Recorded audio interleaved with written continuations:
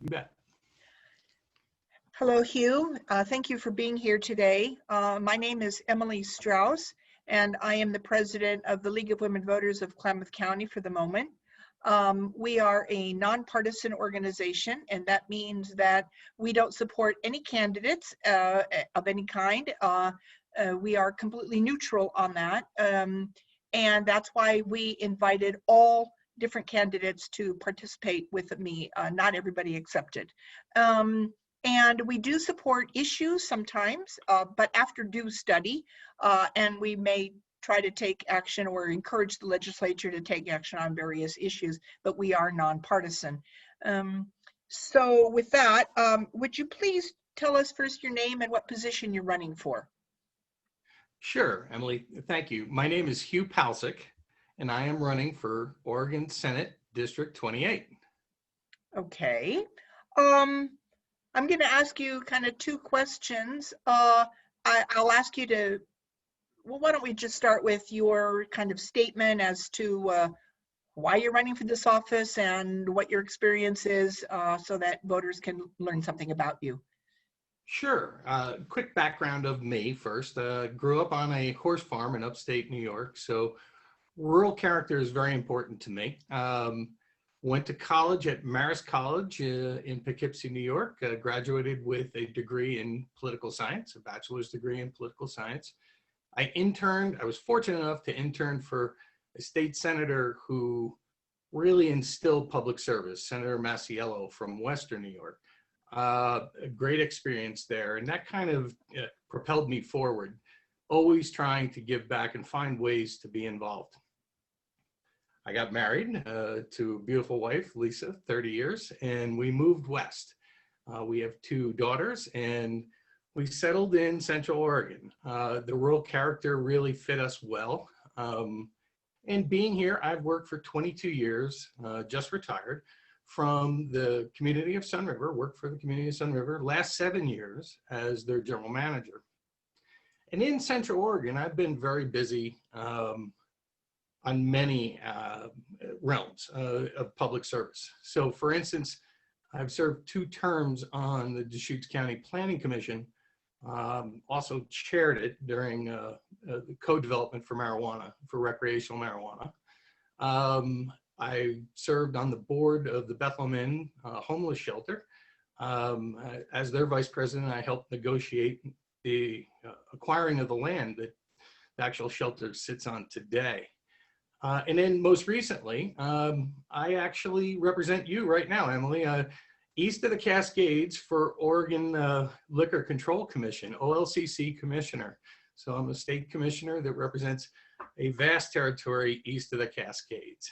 So that's my background, but the reason I'm running has a lot to do with the public service and what I've seen. When I researched this district, I saw a district, and it's District 28, and it's aptly designated as 28 because that's about where we rank in the 30 senatorial districts on most key indicators. When I filed, our district, unfortunately, had the highest unemployment. That was Klamath County at that time. Highest food insecurity in Lake County of all counties within the state. And that's just a sampling of some of the things that I look to correct as we move forward.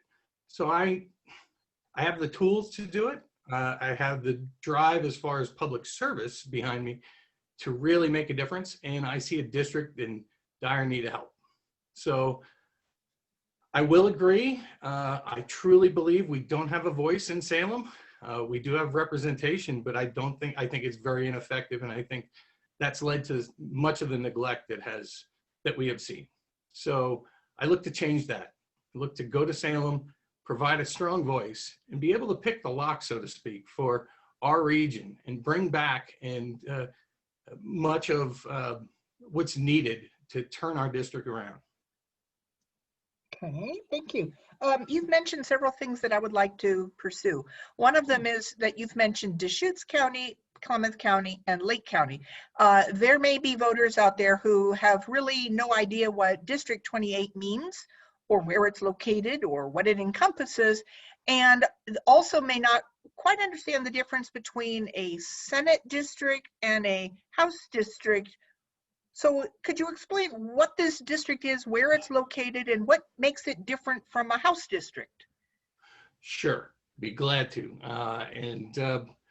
So a Senate district, there are 30 senatorial districts. There's 60 House districts. So you have 2 House districts that actually compose a Senate district. So Senate District 28 covers all of Crook County in the north. It skirts around Bend and covers the rural areas of southern Deschutes County, and then heads further south, all of Klamath County, almost all of Lake County, including parts of Lakeview, and then Jackson County around Shady Cove, Eagle Point, that area as well is covered. So it's a vast territory. It's about the size of New Jersey and Connecticut combined. It's the second largest district in size, and represents, I believe, 127,000 residents total as a senatorial district. Okay. And what distinguishes a Senate district from a House district? I mean, what's the difference? Do senators do things that are different than what representatives do? Indeed, that's the case. So for instance, appointments will go through the Senate side, if you will.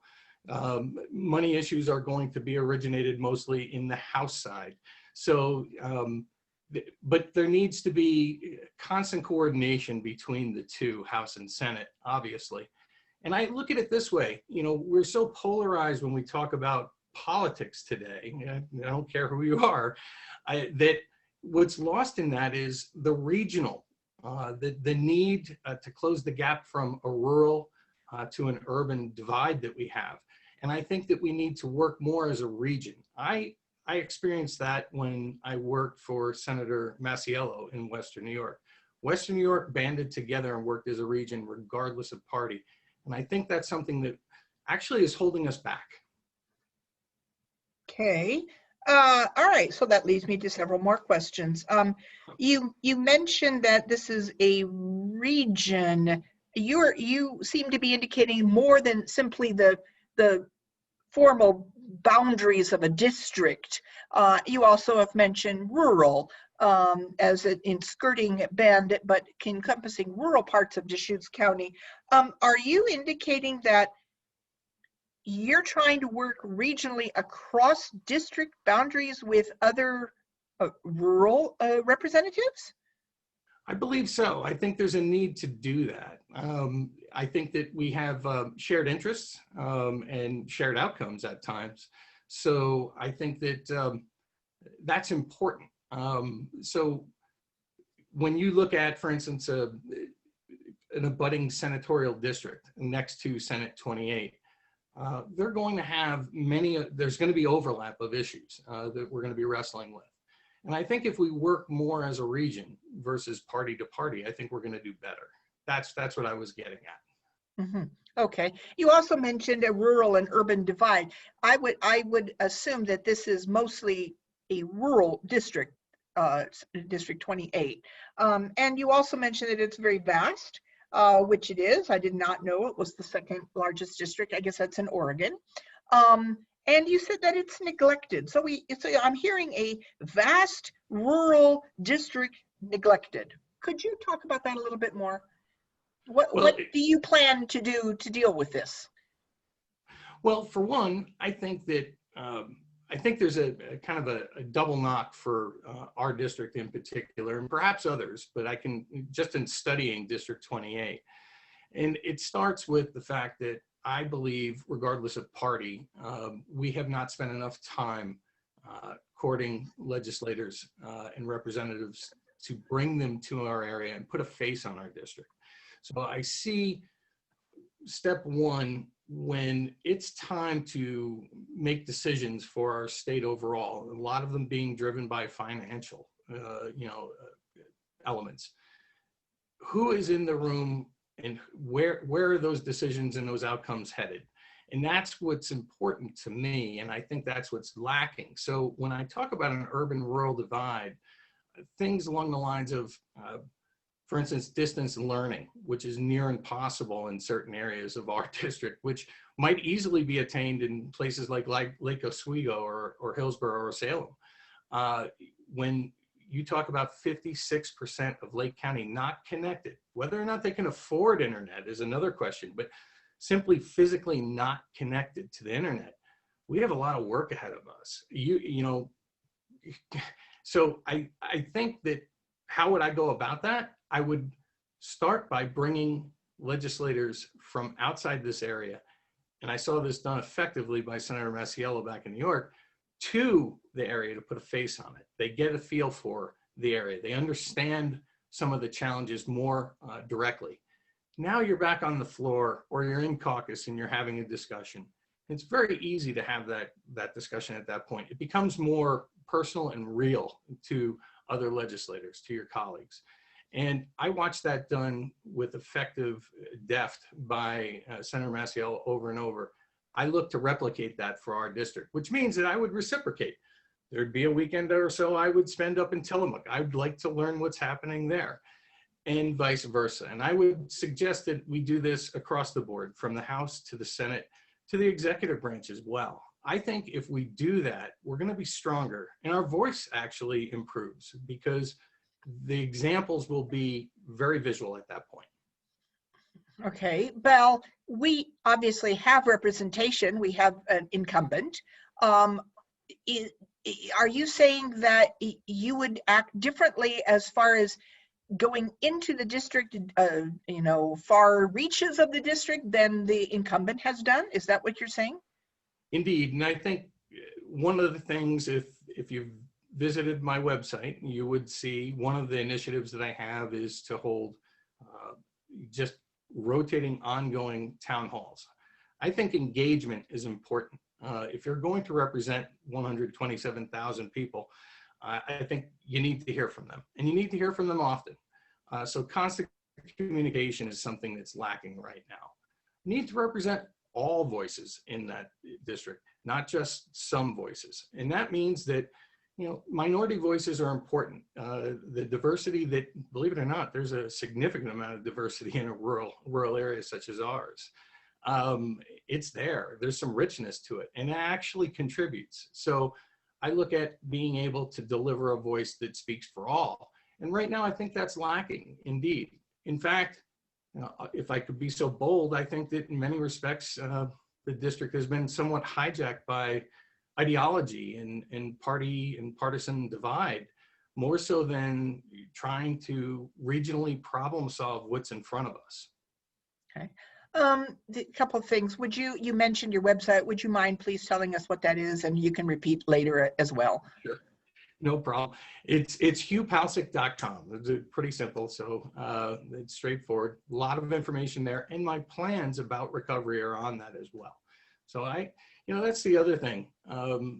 If we talk about what we're doing, how we're going about solving our problems, it's one thing to point out we need jobs, for instance. Okay, well, that's just one spoke of the wheel. There's so many pieces that need to dovetail around that in order for that to work. And you have to know how to deliver on things like that. And I think that's another thing that's missing, that's lacking currently with your representation in our district, is that I truly don't believe that our current senator understands how to get things done. And I think the record speaks for itself in that regard. Okay. You mentioned 65% of Lake County residents simply don't have access or are not hooked up to the internet, whether they can afford it or not. Is that 56. right? 56, sorry, 56%. It was one of the questions I was going to ask you, given the coronavirus and the fact that schools have gone into a remote mode and that kids are kind of at loose ends, maybe, and are trying to work from home, there must be in our rural district a large number who have very difficult access to an internet in any manner. So as a senator, what can you do in the state to increase connectivity in rural areas? Sure, Excellent question. And I think, again, here's missed opportunity after missed opportunity in front of us right now. The USDA, and now we're talking on the federal level, the USDA has a rural development program, and they dole out millions upon millions of dollars. And I got to tell you, just about every other week, they do an announcement. I follow them on Twitter, and they do an announcement of, here's a project that they've completed in Tennessee or in Florida or even in New York, in rural areas of New York. So why aren't we camped out tapping into that? In fact, you know, to me, that's a missed opportunity. And I look at broadband, rural broadband, as something that will actually help feed and finger out in a lot of directions to solve a lot of our other issues that we have going on. So for instance, it's going to create certain jobs and jobs that stay in the area well after the infrastructure is in.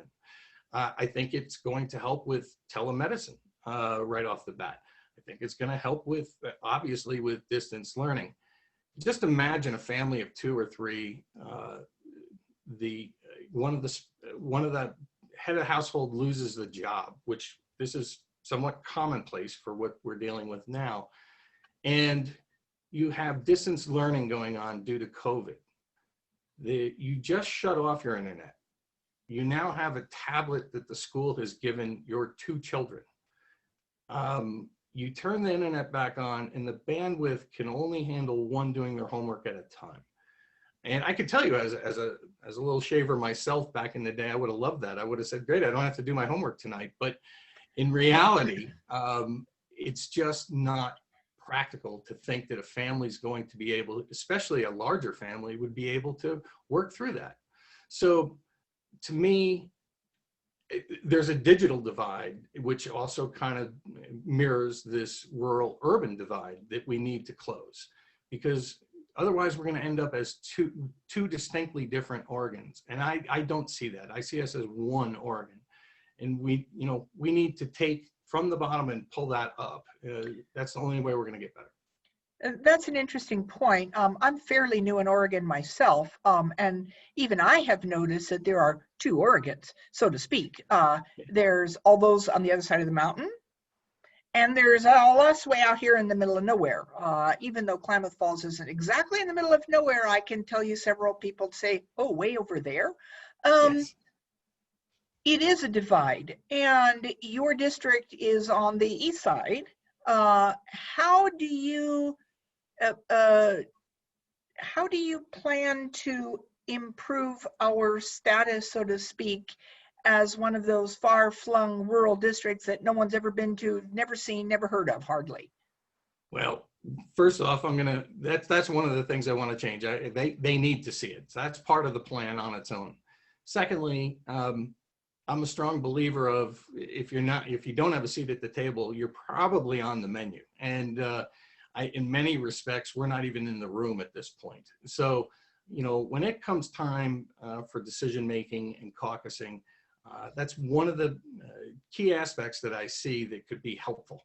Everybody worries about, the political balance that goes on in the state, and this person's a Democrat and this person's a Republican and so forth. But in reality, we need to start looking at ourselves more regionally so that we can solve some of our problems. Now, coming in the door as a Democrat, however, I'm also on the independent line. So I've been cross-nominated by the independent party. So I do think for myself. I have my own ideas. But I think being in that room, being able to say, hey, wait a minute, we can't leave certain people behind here, and I'm here for them. Right now, that doesn't happen. What we end up with really is more of some scapegoat rhetoric or grievance politics, I like to call. And to me, that does no good. It might charge people up for a moment and make their head shake, but it didn't put a check on the table. It didn't turn the lights on at home. It didn't feed your family. So those are the things that I think are missed when we go there, when we look at an emotional bent on ideology. I think being there and being able to negotiate, not fight, negotiate with those in the room and explain how these folks need a voice too and can't be left behind. I know I could be effective doing that. Okay. You mentioned that you're on a Democratic ticket, but also an independent ticket. Is that correct? Yes, cross-nominated. Okay. Yep. Can you very briefly give us an example of what's a Democratic idea that you might hold, or what's an independent idea that you might hold? Well, I think, it's interesting because the independent ideals will run the gamut fully, from a far right to a very progressive far left. On a Democrat side, I look at, for instance, and we haven't even talked about it yet, when we talk about climate change and we talk about the ability to counter climate change and combat it, which, by the way, science has proven this is something that we need to actually get in front of. This would be something that you're seeing the Democratic Party squarely get behind when we talk about renewable energy. Now, for our district, renewable energy could be a major ticket, not only for jobs and well-paying jobs that are sustainable over time, but I see us also becoming a true power broker, no pun intended, for our region relative to the remainder of the state. That would be something that I see, the environment and the Democratic Party kind of work hand in glove when it comes to that. I think, so there's one issue in particular that's near and dear to my heart moving forward. From the independent stand, I think it really is being able to cross over those lines. So if, for instance, as I drive the countryside, I see legislators are going to take your guns. And I chuckle at that, going to school for political science and knowing what the Constitution and the Bill of Rights read. No, that's not how it works. So I understand it.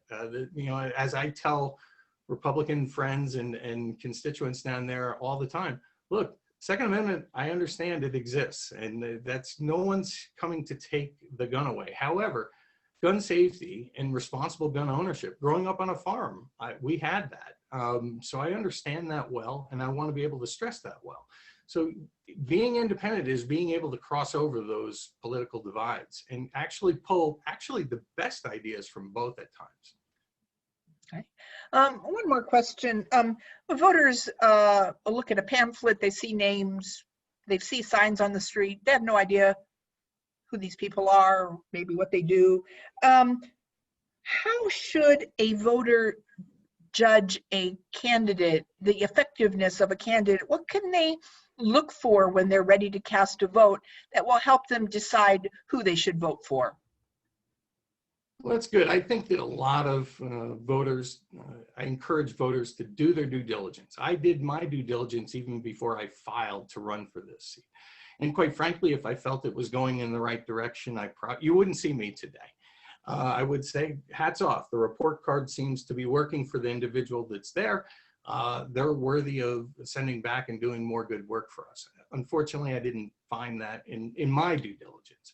So I urge folks to do their own due diligence. Visit the websites of both candidates. Take a look at what they have to say, what they have to offer. Look at what they've been able to accomplish is another key element that I would hope people would look at. And then lastly, take a look in your own family mirror, if you will. Are you better today than you were 4 years ago? And where have you been able to get? And I think that's an important question for all of us as we face a ballot and looking at that. So the more informed a voter is, the better the democracy we get, in my opinion. And in fact, I will say this too, the more dialogue we have, the better democracy we get. Democracy really suffers when there is no dialogue. Okay. Thank you. Would you please remind us one more time of your website and give us a closing statement on your qualifications and why someone should consider voting for you? Sure. My website again, HughPalcic.com is the website. And I'm on all the other social media platforms, whether I know how to operate them so well or not. Why should people vote for me? Well, I think if you look at my experience, my education, my entire background, what I've been able to deliver, which by the way, is on my website, what I've been able to accomplish in Sun River on major infrastructure projects, being fiscally sound in my approach as managing that community. And then lastly, are you a politician or are you a public servant? I am a public servant, period. That comes first. So I put it out there that way. I see the need. We can do much better. And better yet, I know how to get there. Thank you. Oh, well, thank you for speaking with me. I appreciate it. I hope that voters will have a chance to look at this and do the due diligence that you mentioned. That's part of what the League of Women Voters is exactly about. So I appreciate your time. Thank you so much. Thank you. Thank you, Emily. Bye-bye.